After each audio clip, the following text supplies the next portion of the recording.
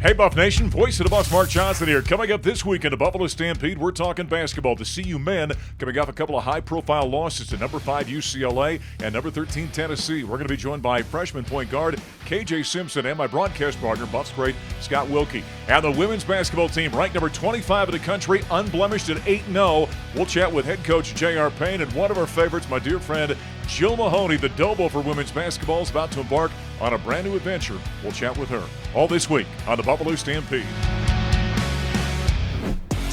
Dimitri Stanley is going to take it to the house. Plays there is why he's one of the best linebackers in America.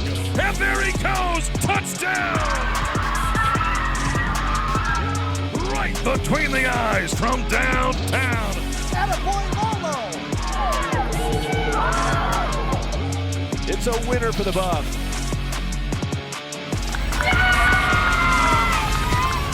Ball is right in front. A couple of shot fakes to Steve Perry.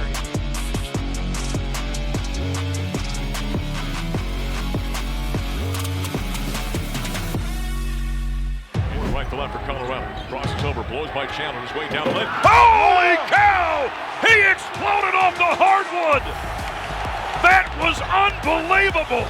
Well, that certainly brought the crowd to their feet here at the event center, but the Buffaloes end up falling by 15 to number 13, Tennessee, on a Saturday afternoon here in Boulder. Hi, everybody. Welcome to the Buffalo Stampede. Voice of the Buffs, Mark Johnson. This is the guy that threw it down there, KJ Simpson, freshman for the Buffaloes. I know you wish that would have come in a win, but where'd that come from? No, I was just waiting for the opportunity. You know, I saw the lane open up, and you know, previously went in there and they blocked my shot. So this time, you know, going there aggressive, and it just ended up going my way. Yeah, make sure nobody can block. And by the way, that should have been an and one. He got fouled on that play. All right, the game, however. Thank you. You guys are learning right now as a young team about what it takes to play. You played against a top 5 team at UCLA on Wednesday. You played the number 13 team in Tennessee. Tell me what you're learning as a team about playing at that level. I feel like just the competition we're going up against is going to prepare us down the road for sure. Of course, we want to come out with the win, but we still get a huge learning experience playing teams like this. I mean, back-to-back too, you go to UCLA, and then you come here, play another ranked team in Tennessee. Those are 2 good teams, both ranked, top 15 teams. Yep. It's going to help us down the road for sure. And, it just shows, where we're at right now, but I'm excited for, what's in store. And I love watching this guy. I mean, the potential is unbelievable. Tell me what you're learning about playing at this level in your position, what you've got to do, what you've got to improve on. I'm just learning, picking and choosing, times when, okay, I got to get guys involved. Okay, I see Jabari's hot, I see Key's hot, I see Evans hot, or when we haven't been scoring, maybe I need to drive, pick up the defense, just try to be an overall leader as a freshman. I feel like that's the role I'm trying to build. We know our built-in leaders, Evan and Eli and Key as well. But, I feel like I have a voice on this team too, and it'll mean so much on this team if I used it. So the Buffaloes end up losing by 15 to the Tennessee Volunteers. They're now 6-3 on the campaign. Got the Eastern Washington Eagles coming up midweek. After the ball game, we heard from head coach Tad Boyle. We did some good things defensively, but obviously the high ball screen coverage was the difference in the game on defense. But offensively, making one more passes, and we had a couple decent offensive possessions. But look, we have 15 turnovers and we have 8 shots that are blocked. That's 23 times we have the ball that it doesn't get to the rim. At least if it gets to the rim, we have an opportunity to offensive rebound. Really, really frustrating because Tennessee, I really believe, especially early, they were ready to be beat. If we could have kept the pressure on them, the crowd in the game, got a little momentum, made a couple threes, and got this building rocking. The fans were ready, everybody was ready, but our team wasn't. And that's disheartening because we work hard for these opportunities, and you don't get these opportunities very often. The last 6 times a ranked team has been in this building, they've gone away with a loss. So it's not like we expect something of ourselves we haven't done before, but this group hasn't done it before. And this group has to understand their offense is not going to win them games. Won us a game against Stanford, last weekend, but it didn't win us a game tonight. It wasn't even close. So you better hang your hat on something else. And we got no identity right now. And that's an issue. That's a problem, and we better figure that out. Over the next 2.5, 3 weeks. There's the head coach of the Buffaloes, Tad Boyle. After the Buffs fall by 15 to number 13, Tennessee, we continue with the freshman point guard here, KJ Simpson. We were talking about learning before we listened to Tad's comments there. When you're playing teams at this level, it comes down to little things, doesn't it? Yeah, it does. A turnover here. Don't turn the ball over. Make a nice pass. Make an easy shot. Make a free throw. It's little things at this level, isn't it? For sure. I feel like we talked about this. The team, it's not so much you could prepare on. It's going to be a war. Who can execute more? Who can, get the 50-50 ball? Who could box out, rebound, do the little things like you said? Yeah. That's what it comes down to. Yeah. How about shooting for you? You've always been a good shooter in your career? It's been something I've worked on. Is that right? Yes, like coming here. Before I came here, just the summer here, I was in the gym every single day, getting hundreds of shots up, like multiple times a day. Because I knew that's going to be my role past it. That's going to be past my role. Because Key, plays the point too. I want to play multiple positions. I want to expand the floor, space it out, and it makes it difficult for other teams to go. You're a good rebounding guard. And that's one of the cornerstones of this program. The other one is defense, right? And you better play defense. You're going to play for Tad Boyle, correct? All he stresses on offense. You take great shots, take care of the ball. It doesn't matter what happens, but defense, that's got to be our mentality. That's got to be. Do you take pride when you're facing another very good point guard like we're in this ball game about being a defender? Oh yeah, especially tough point guard Kennedy. The stuff he does. Watching film before the game. Yeah. Just getting ready for that matchup. You got to be on the ball, active. You want that type of matchup, Did you have a relationship with McKinley Wright at all? Not before I got here, but when I got here and committed here, we talked a bunch of times. He came down here, we talked a little bit. We still do talk. So yeah. I see a lot when I look at you. I see, and I was obviously been here as many years as I have. Saw McKinley early. I see the same player, competitive. Got a nose for the basketball, wanting to be, a great offensive player and a great player overall. You take that as a compliment, I think. If somebody compares you to McKinley Wright. Compliment. I mean, he's everything in Colorado. Yeah, without question. Hey, nice job. Keep up the good work. Thank you. Appreciate it. He's going to keep growing. Going to be a special player for the Buffaloes. KJ Simpson. Buffs fall by 15. We'll take a time out here in the Stampede. We'll come back. My broadcast partner, Scott Wilkie, is going to join us next.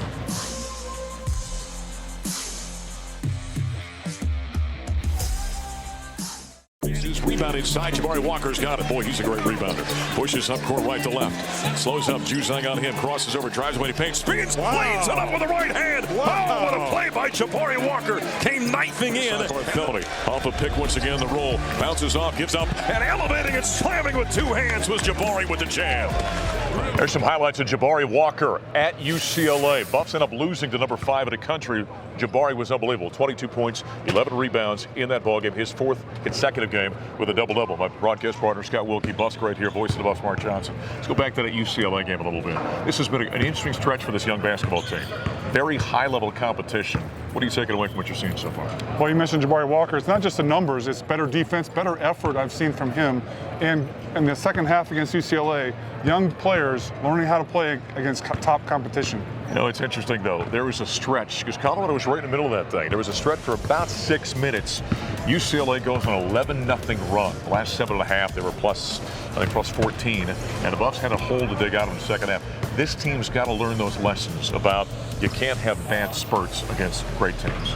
Yeah, and if it's some of your own doing, like we see the Buffs doing, turning the ball over, missing free throws, etc., against a really quality team, they're going to take advantage, and they're going to bury you with that. Yeah, Buffaloes end up dropping that contest against a top 5 team. And it's not like Colorado's outclassed when you watch these kind of matchups. As talented as CU is, you can see the potential, but they just seem to make that inept play on occasion and dig themselves a hole and then find themselves, coming from behind. Yeah, and foul trouble has been a part of our bigs rotation, taking them out of the game early in the game, and playing with foul trouble, turnovers, those things, you just kind of cut that out of your game. You're going to have some turnovers, but you can't have the self-inflicted ones, but you're doing it on your own. Yeah, UCLA, Evan Batty ended up fouling out. He ended up playing like, 12, 13 minutes or something in the ballgame. Was taken totally out of that ballgame becomes a foul. That's going to happen sometimes on the road. The difference between this team and what we saw last year when you had another guy, Deshaun Schwartz, a McKinley Wright, a Dallas Walton, a Jariah Horn. This team is still developing that aspect, that depth where, okay, when one of your leaders is gone, somebody else has got to step up. Yeah, with those guys like Deshaun Schwartz, you can kind of count on 8 to 12 points pretty much every game. and 5 or 6 rebounds. We don't have guys that are that consistent yet. So guys come off the bench, you're not sure what you're going to get yet. Guys are capable. There's just the consistency's not there for Colorado right now. That's the UCLA game. Buffs, of course, as we talked earlier with KJ Simpson, up falling by 15 to Tennessee. We heard from some of the Buffs players after the loss to the Vols. You know, we tried everything. We tried, going under. We tried switching. We tried blocking. But we just got to do a better job. I got to do a better job in making sure just my team knows all the coverages, making sure we're gapped up. I mean, I just got to do a better job, in my opinion. 4 years here, I haven't lost very many games on my whole floor, and haven't lost many games against ranked opponents on my home floor. But definitely hurts. It's a learning opportunity for me and my team. We all got to do better, and I got to do better. You know, Coach talked about it in the locker room. Basketball is a game of runs. Started off pretty good, and then you got to take care of the ball offensively. Everybody, I turn it over. Got to take care of the ball. Got to value the ball, because otherwise we won't get shots up. We just destroy our opportunity to score on offense, and that's what it came down to in the first half.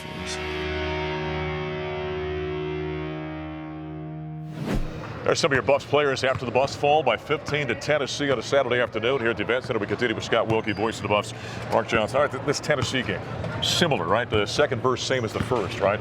Same kind of things. Buffs had just moments where they got too many turnovers, especially in the first half. That really put them on hold against the Vols. Yeah, today they came out. The effort was good early. They got the lead early, but then they turned the ball over so many times. In that about 12 minutes at the end of the first half, they had 10 turnovers. You can't do that against a really good team like Tennessee. Yeah, they ended up only having 3 turnovers in the second half, but had 12 in that first half, and played the bulk of that first half, by the way, without Jabari Walker. So really took him out, and he had no rhythm when he got back. Ended up in double figures, but once again, another guy got in foul trouble. Yeah, against UCLA, it was Evan. Tonight it was Jabari Walker.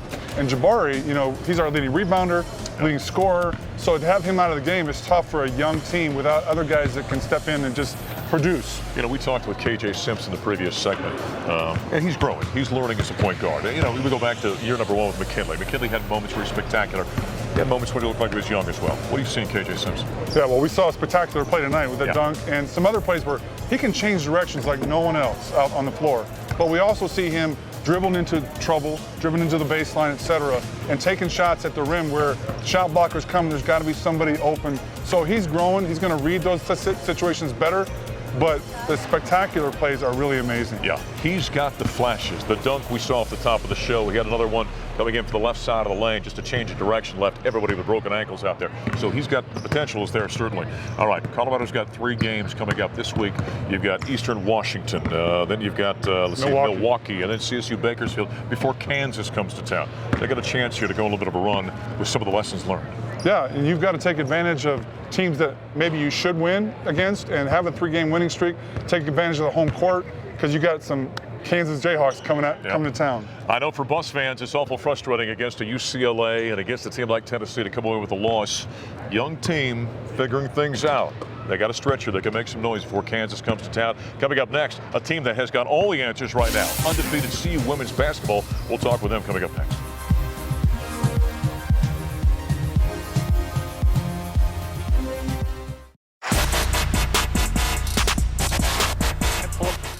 Too deep, got her own miss, gonna go into the right side and kiss it home for 2. Backdoor cut, Maya catches, good pass from Miller, and Maya will finish it with the right-hand hook.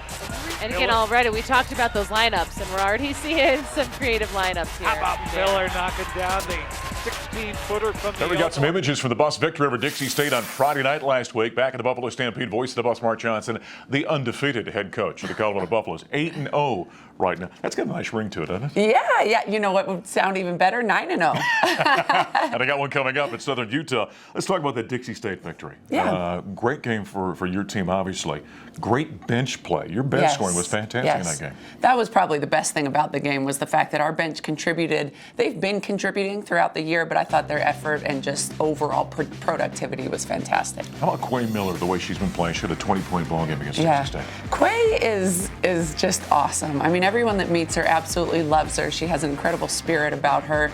Very happy-go-lucky. You know, she goes 0 for 10 or 10 for 10. She's the same happy person. But yeah, she's been really good for us. You know, the transfer portal has changed everything in college athletics. You got Quay Miller, you got Tamaya Sadler. How is the assimilation process when you bring players in, when you've got a group of players, a core of players like you have? Yeah, I think the best thing about our group is that they were very welcoming. I mean, with open arms, 2 players that, you know, we've played against, competed against, but they welcomed them to the family with open arms, and those 2 just really assimilated very well. Do you have to think about that? I would think you do. I mean, when you're bringing somebody in like that, you don't know exactly how that's going to work. Talk about that process. Well, we did a lot of, you know, we knew Quay from high school. We recruited Quay. She ended up staying back home, you know, in her hometown, Seattle, go to UW. But we talked with their coaches, you know, really tried to find out kind of what the dynamic was with those 2 and knew that our team would be great. You know, we knew that we had a great group of women that would welcome them. And so, yeah, kind of seamless, but it was interesting. We weren't sure because Maya and Quay had some big battles. Sure. And, you know, just to make sure that those battles hadn't gone too deep, you know, before they came. But it's been a great fit. You got to kind of bury the hatchet. Now you're on the same team. Your team has been awful impressive defensively this season. Thank you. Talk a little bit about how that has evolved over the course of time. Yeah, I think they've really taken on Toriano's makeup. You know, he's our defensive coach, and he's very tough, fiery, you know, aggressive. That's just kind of his makeup, and I think that they've taken on that personality and bought in. All right. But what has this team done in that regard? I mean, you've been forcing turnovers. I think you had forced 20 against Dixie State, as I recall. Yeah. This team's got an aggressive attitude. You talked about that coming from Toriano a little bit, but it has something to do with the players as well. Absolutely. Yeah, we recruit players, you know, that have a little bit of chip on their shoulder, and I think that's just the fact that they've been able to continuously grow in their confidence defensively. I think we know we're pretty good defensively and know that we're capable of turning people over, and I think that's what we're seeing evolve. Buffaloes get that 25-point win over Dixie State afterward. We heard from the aforementioned Quay Miller.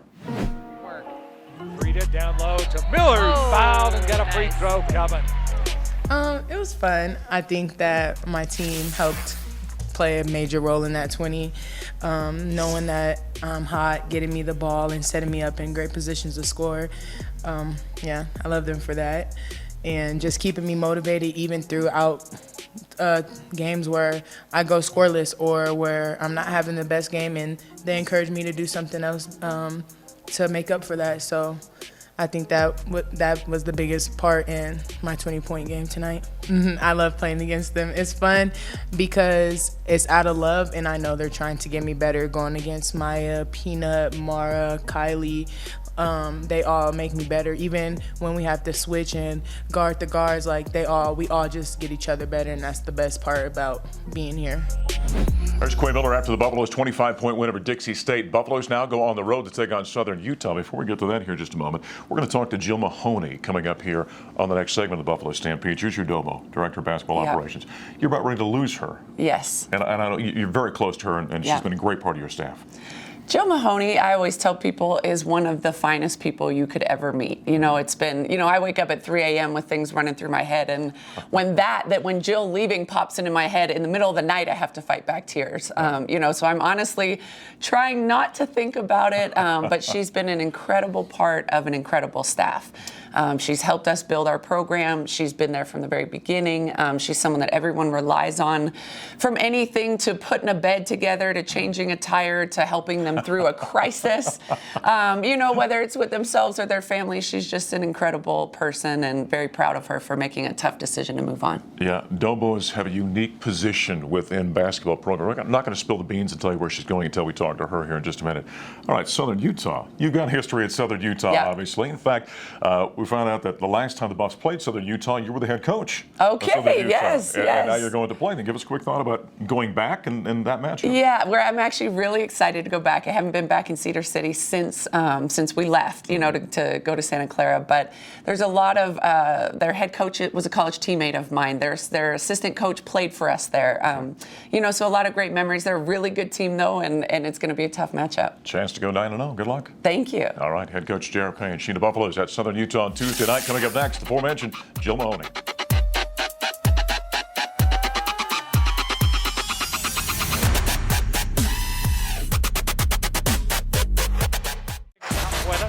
Kendall Dribbles right, stops mid-block, back out, Blackson, that's a 19-footer, and she'll knock it down. Love it. Back up top to Blackson. Blackson going to drive down the left side. Hard drive, layup right hand, good. To Maya, and Maya lobs inside, little high-low, and Peanut catches, easy layup. There's some more images from the Buffs' victory over Dixie State as they improved to 8-0 in the season of women's basketball on the road at Southern Utah. We talked about this one right here. Good friend Jill Mahoney, the Dobo, Director of Basketball Operations for the CU Women, with head coach Sarah Payne just a moment ago. And you're leaving us. I am. What did I do? I am. You did nothing. The best thing about you is we've become very good friends. Yes, we have. I mean, we do a lot of fun things together now. Yeah. Had to be a tough decision, right? It, as we were laughing earlier, I'm a glass case of emotions because this is one of the most difficult decisions I've ever made in my life. Yeah. So to leave a program that I love, to leave a boss in JR that is not just a boss, she's a best friend, right, is one of the most difficult decisions I've ever made. So wasn't taken lightly by any means, right, but I feel like I can help in the community in a bigger role. I've been called to do it, and I'm ready for the challenge. You see, it's a cliffhanger right here. We still haven't told you what she's doing. Before we do that, when we say Dobo, that's a phrase we use in the business, right? In the world of college athletics. Sure. Explain to people what you do. So, Director of Basketball Operations, and I do a lot. I do everything from travel to expense reports to helping our student athletes with anything from where do I go, change a battery to doing a home cooked post game meal for them. Yeah. So I do a lot for them. I do a lot for our staff, but they give me a lot in return. A lot of love, a lot of thank yous.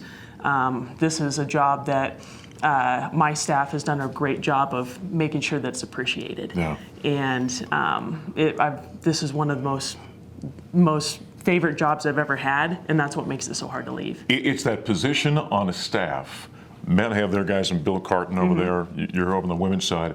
When in question, go to Jill. Yes. Right? Yeah. That's kind of what happens. Yeah. And along with that, then, you're a relationship person. You get to have a great relationship with all these players. Absolutely. I try to think of this job as being a Swiss Army knife. Yeah. There might be things that you don't use but once a year, and some things you use on a daily basis. And so it's been a great joy to do this. It's been a great joy to be a part of CU Buffs women's basketball and the CU Buffs athletic department. All right, we've kept the tears back, and we haven't told you what she's going to do to become a police officer for the city of Boulder. Now, where does that come from?